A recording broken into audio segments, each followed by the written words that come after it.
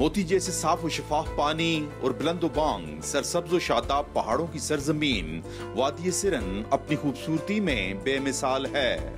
कुदरत की वादानियत का शाहकार ये वादी हुकूमती अदम तवज्जो के बायस ताहाल स्याहों की तवज्जो का मरकज नहीं बन सकी है, मगर फिर भी सियाहत के शौकीन हजरात इन दिलफरेब नज़ारों से लुत्फानंदोज होने यहाँ पहुंची आते हैं।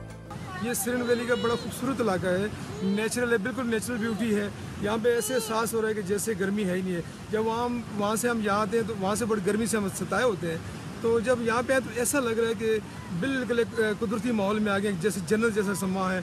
और ये खूबसूरत ये पहाड़ और ये देखें दरख्त, बिल्कुल ग्रीनरी, बिल्कुल लश ग्रीन इलाका है। कुदरती हुस्न से मालामाल इस जन्नत नजीर टुकड़े की सैर को आने वालों का कहना है कि हुकूमत वादी सिरन में सियाहत के फरोग के लिए अमली इक़दामात उठाए। निसार अहमद खान, डॉन न्यूज़, मानसरा।